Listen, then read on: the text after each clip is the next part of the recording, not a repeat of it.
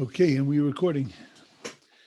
This week's parsha is Parshas Acharei Mos-Kedoshim. Two very exciting parshas. A lot of incredible laws. A large amount of the laws of the Torah are found in these two parshas. A large amount of the laws, bein adam lechavero, between one person and the other, are found also in this parsha.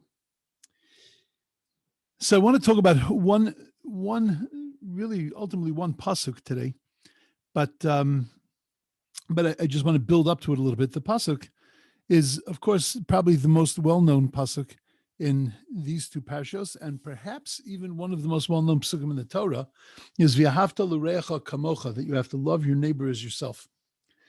The Torah, it actually appears in a section of the Torah, chapter 19, verse 17, lo tisna et achicha bilvavecha, that you can't hate your brother in your heart. You have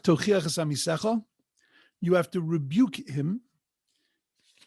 V'lo sisa alav hate, but don't take sin upon yourself because of him, which means that don't do it in a way. You have to rebuke him. You have to let him know that he's bothering you, that he's hurting you, but you have to do it in a way that is not going to exacerbate. It's not going to make the situation any worse.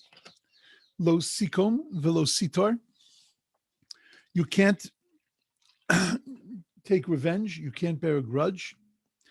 Now, it happens to be that the mitzvah of teichacha, the mitzvah of giving rebuke to another person, is a mitzvah d'oraisa, Torah commandment, but it's also understood that it has to be done correctly. And from that pasuk, we learn many of the laws of, just from those words, of who, how, when you can rebuke another human being, and where your obligation begins and ends. Then the Torah tells us, lo sikam lo sitor, that you can't take revenge and you can't bear a grudge. And you have to wonder what the difference is between taking revenge and bearing a grudge. The Gemara explains that taking revenge is, I come to ask you to borrow something, and you say no. The next day you come to my house to ask me if you could borrow something, and I say no. Quid pro quo. You won't lend me, I'm not lending you. It sounds like the way of the world. It sounds like normal. You know, you're not allowed to make yourself into a shmata. You have to say no for yourself. So on and so forth. But some of the Torah says, you can't take revenge.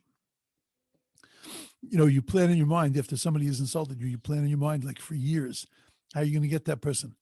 Yeah, so that's like spending years engaged in an isur d'oraisa and a Torah prohibition. Not something you want to get involved in. But then the Torah says lo sitor, that you can't bear a grudge. What's bearing a grudge?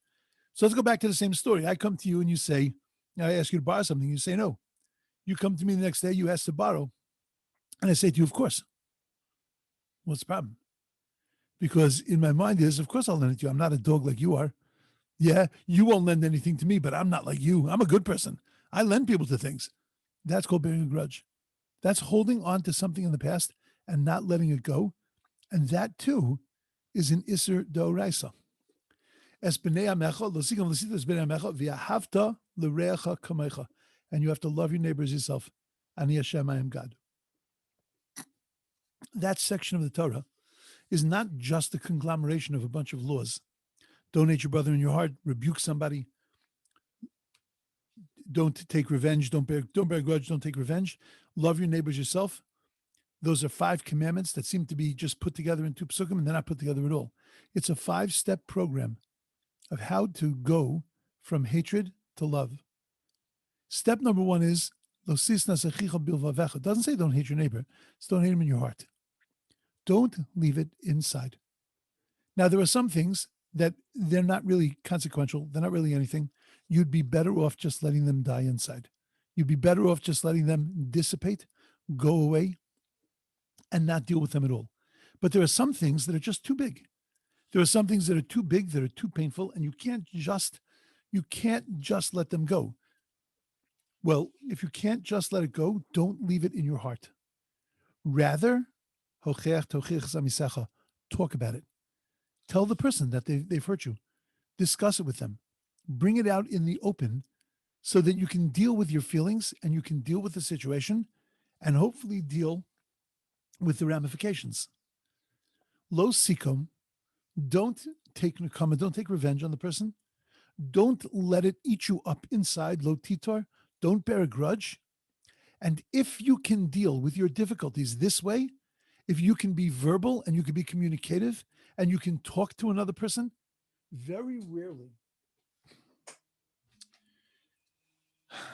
I'm sorry. Hello. Shesh. Ken.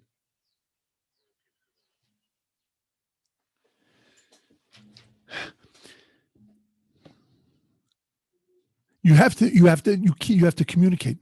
And if you talk about what's bothering you, and if you talk about what's going on, so then, it very rarely happens, very rarely, that you have an honest complaint against another person. They've done something wrong, and you have an honest discussion with them. And unless they have their own issues and their own social problems, very rarely does it not end up okay.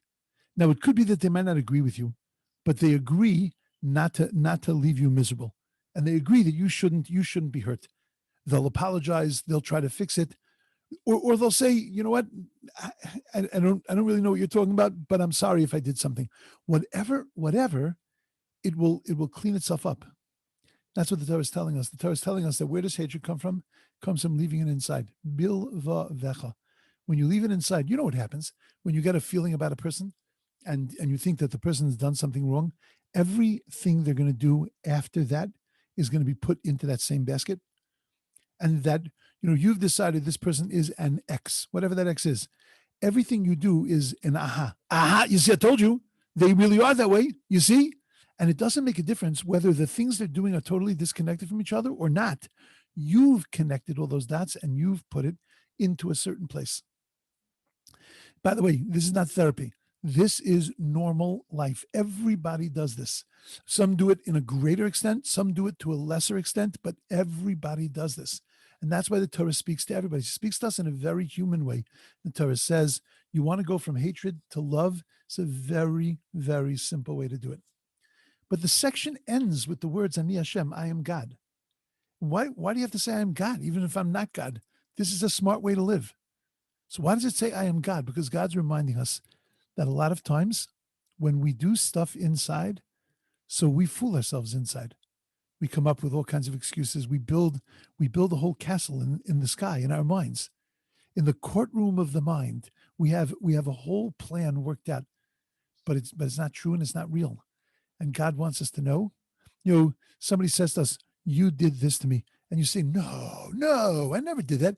And God's sitting up there going, yeah, you did. Now, you might not have done it overtly. It might have been something that was a little bit more covert, but that's why you did it. Now, nobody can tell. Nobody knows, like smacking somebody smacking a dog with a newspaper. Nobody can tell, but God knows that you've done it. God knows what your motivations are. So when you're trying to deal with straightening out your motivations, just know, Ani Hashem, that I am God. You can't fool me. Okay, that's step number one. If you take a look at the commandment, you'll notice something very interesting. It says, V'ahavta l'reacha kamocha. Now, there are two words for friend. One is a rea, and one is a chaver. Chaver, by the way, in real Australian, and when I say real Australian, Australia was a penal colony in about 200 years ago, and the English that is spoken in Australia, the real Australian English, not the refined Australian English, but the real Australian English, which has many words that you wouldn't even recognize. So that was developed by prisoners and ex-cons. But the word for friend is chaber. Chaver. It's fascinating.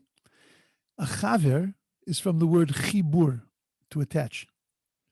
So why over here doesn't it say v'ahavta lechavercha kamecha, that you have to love your neighbor as yourself, your friend as yourself, but rather reacha is somebody you have a more distant relationship with, somebody who you haven't yet developed a close-knit relationship. Because what the Torah is telling us is two things. The first thing the Torah is telling us is it's easy to love a friend, a chaver, a chibur, somebody you're attached to. It's very easy to do that. But to take somebody who's a reya, somebody who's more distant, and to love them, that's more complicated. And what the Torah is telling us is that this program of going from hatred in the heart to loving another person just like you love yourself, that program is not as complicated as it seems. And it can be applied to any relationship, whether it's a close relationship or whether it's a more distant relationship. If you can get over yourself and outside yourself to discuss it and to talk about it and to be verbal about it with another person, then you can get to this place, even with reyacha, even with somebody who you're distant from, you can also still get to that place of yahavta, that place of love. One last thing, the Baal Shem Tov says, very beautiful, that we know that Rashi tells us that the comment that Rashi makes on this pasuk, Amar Rabbi Akiva zeh klal gadol b'Torah. This is a big rule in the Torah. Yes, shkayach. First of all, Rashi is supposed to be there to be commenting and explaining the psukim. What did Rashi just tell me that I didn't know? That Rabbi Akiva said this is the most important principle of the Torah. I couldn't know that because all I had to do was to look in the Medrash and read any book that's talking about Rabbi Akiva. It'll tell you that Rabbi Akiva held that zeh klal gadol b'Torah. So if that's the case, then why did Rashi use that as the main commentary on this pasuk? Amar Rabbi Akiva zeh klal gadol b'Torah. Because what Rabbi Akiva was telling us is that this is not just a klal gadol relationships between people. This is a klal gadol in every aspect of life in Torah, every aspect of life. Why? What does it mean v'yahavta l'reacha kamocha, which I'm going to spend more time on in a minute. But what does that mean v'yahavta l'reacha kamocha? You have to love your neighbors yourself. So before we get into the pshat, the simple meaning, there is an overriding thing here. That if I'm going to love you, the first thing I need to love is me. Because unless I'm comfortable with who I am, I have no room in my life or ability to recognize that anybody else is lovable and could possibly love me. Unless I understand my value and I understand who I am, it is impossible for me, and we've spoken about this many, many times. First, I've got to love me, and then I can love you. V'yahavta l'reacha kamecha means that first you have to come to that sense of love for yourself. If you don't see a value in yourself, then you can't recognize that your mitzvahs will count. You can't recognize that your life counts. You can't recognize that anything you do makes a difference. People spin into depression when they hit a place of feeling that they are valueless. Hit me in the arm, and that's painful. But make me feel like a zero, that's excruciating. And that is the step one of integrating Torah into your life, of living like a regular, like a healthy human being. First, it has to be kamecha. There has to be a sense of love to you. Once you have that sense of self, now you can go on and feel that you're important. You're important to God. What you do makes a difference. You could, our rabbis tell us that God teaches us that the world is in a balance and we are the fulcrum. And if we do one good thing, the whole world is balanced to the good side. We do one negative thing, the whole world gets balanced to the negative side. Now, it doesn't mean to put the world on your shoulders, but it means to make you understand that everything we do is valuable and everything we do makes a difference. A butterfly flaps his wings over here. The effect is felt over there, halfway across the world. And that's a reality. That's not just some poetic kind of thing or some scientific thing. That is a reality of the world that we live in. There isn't a thing that we do that doesn't affect something, some energy, something, some person in this world. But unless I see myself as being valuable, I can't recognize that.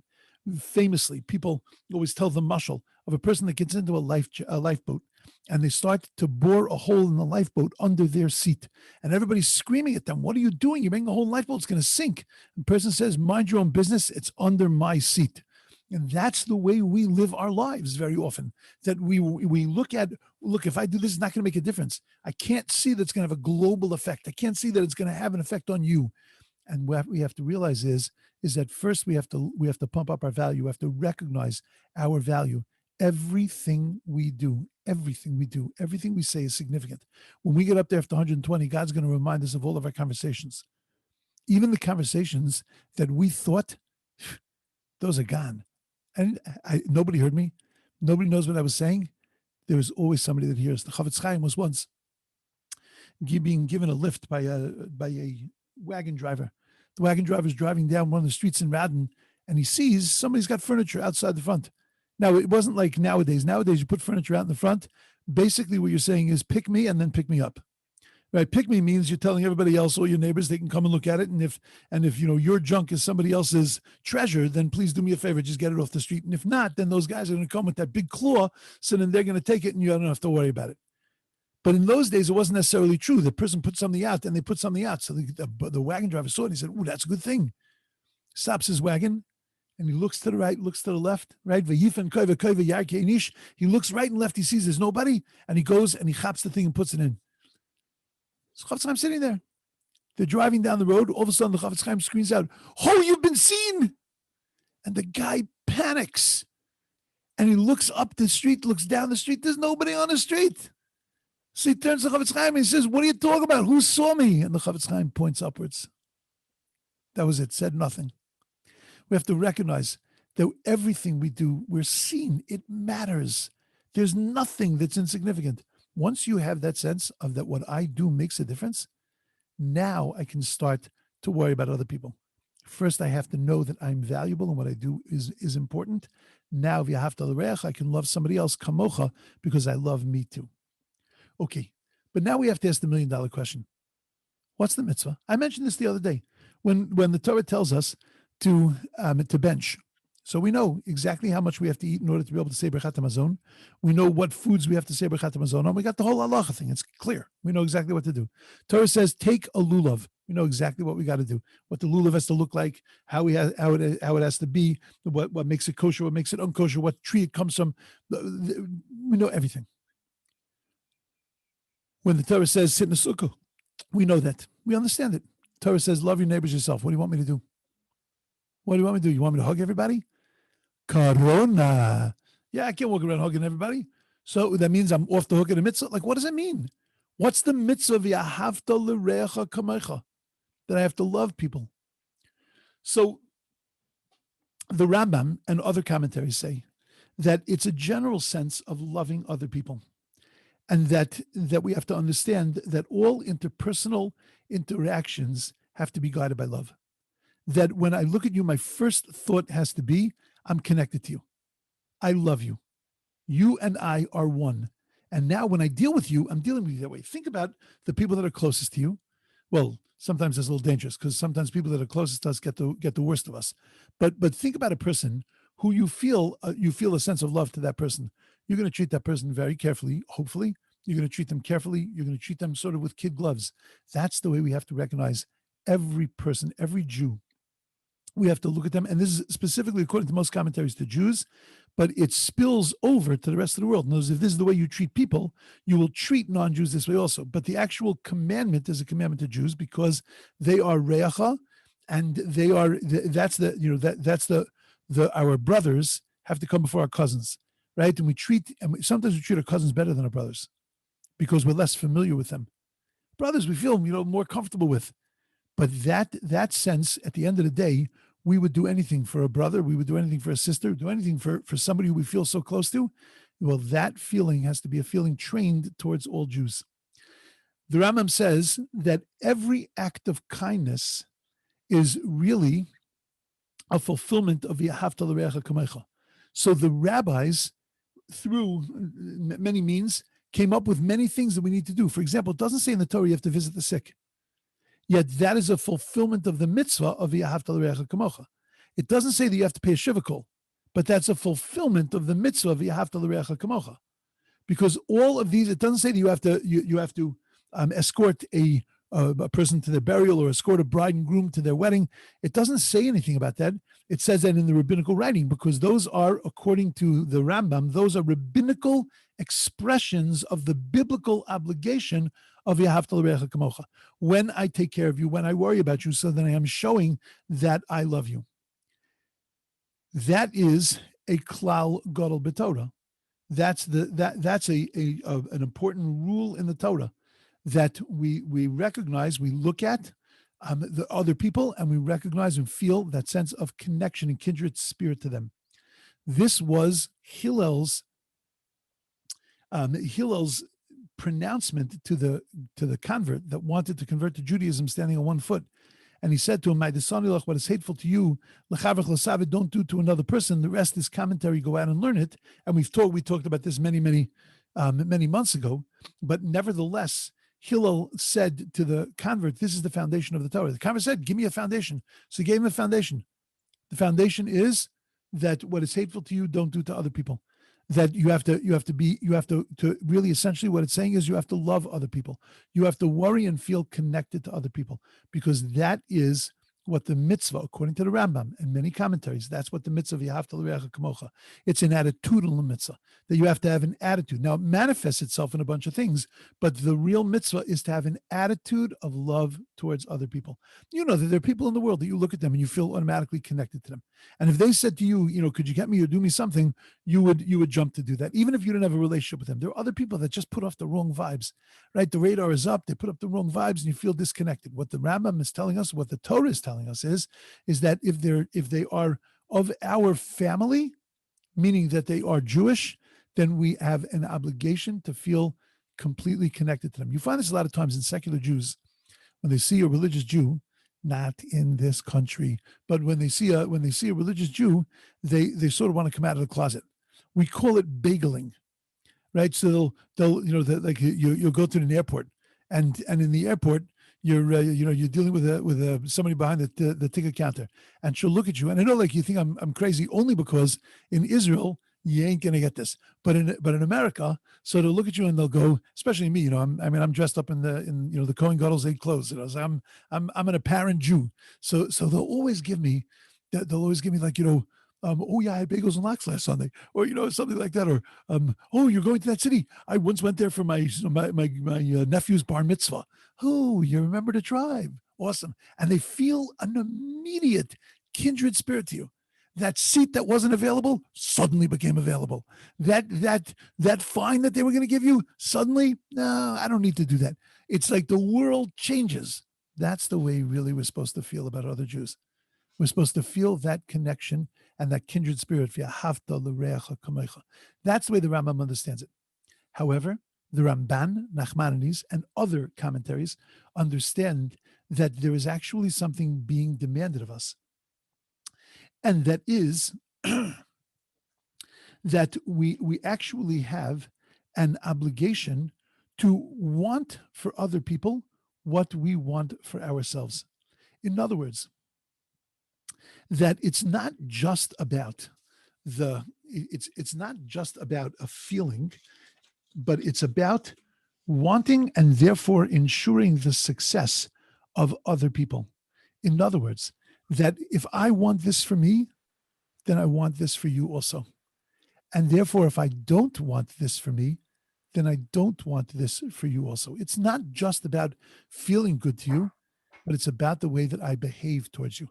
And that I have to behave towards you in a way that I would want to come back towards me. It's not possible I could love you as much as I love myself. That's not possible. But in the same way that I'm concerned about myself and the same way that I do things in my life for my advantage, then I have to do those things for your advantage also. There's only one small problem. And the small problem is that Rabbi Akiva, who said, V'ahavta l'reacha kamocha, said another interesting thing.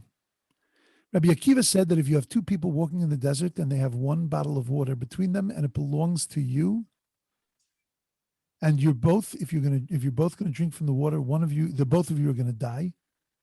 And if one of you drinks from the bottle, that person will live. So then you have to drink your own water. And you can't give it away to the other. You're not obligated to give it away to the other person because chayecha koidmin, your life comes first. Well, how exactly does that work? How does your life fit with v'ahavta l'reacha kamocha? V'ahavta l'reacha kamocha means that I have to give to you because if I want it for me, then I have to want it for you, and I give you the water. Chayecha koidmin says, no, my life comes first. I got to take care of me. Those seem to be two contradictory ideas. So there are many, many answers to the question. It says the Chassam Sofer that it's not about the same thing. Meaning that Chayecha Koidmin is talking about physical life. Physical life When we talk about physical things, we talk about the bottle of water. That's your bottle of water. You have to take care of yourself. Chayacha koidman. But when it comes to spiritual things, v'ahavta l'reacha kamecha, there you have to worry about somebody else like you would worry about yourself. And really, in spiritual things, their spiritual health and worrying about their spiritual health comes before your own. And that's how we resolve the contradiction in Rabbi Akiva, who says on the one hand, v'ahavta, and on the other hand, chayacha kodmin. Really what Rabbi Akiva is telling us is that chayacha kodmin is when you're dealing with physical things. When you're dealing with spiritual things, it's v'ahavta l'reacha kamocha. Okay, this is just a little bit of a smattering of how to understand the expectation of us that if I want things for me, if I want a good life and I want to grow spiritually, then I not only have to worry about that for me, but v'ahavta l'reacha, I have to worry about it for other people also. And I have to focus myself on it for them. You know, a lot of times we want to be unique. I want to be special, we want to sort of have our own space. But that's not necessarily true. If it's something that I wanted for me, then I have to want it for you also. This, by the way, affects us in many, many ways. You know, somebody makes a simcha. What's the first thing that has to be in our mind? I'm so happy for them. A person making a bar mitzvah for a grandchild. I have no grandchildren. And it hurts me. V'ahavta l'reacha kamecha says that if you would be happy if you had a grandchild, so then you have to be happy for another person. Right? A person is living their life and they can't find a shidduch. And they see all their friends around them finding shidduchim. And it's painful. It's very painful. Torah comes along and says, v'ahavta l'reacha kamecha. Remember, if it's something that you wanted for you and you would be happy with it, then you have to be happy with it when it's happening to somebody else.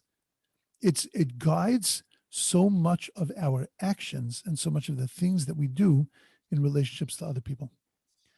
Okay, beautiful. And that's what the Torah is telling us. You want to get to that place? Don't keep it inside. Speak about it. Don't bear grudges. Don't take revenge. And you will see when you bring things out into the open and you talk about them, you'll see an amazing thing happen. V'ahavta l'reacha kamecha. Okay, my thoughts. Everybody should have a beautiful, wonderful, amazing Shabbos. And Yotz Hashem, we'll see everyone on Sunday morning. Shabbat shalom. Thank you. Shabbat shalom, everyone. Good Shabbos, guys. Good Shabbos. Shabbat shalom. Shabbat shalom. Take care. Shabbat shalom. Heavy stuff to think about.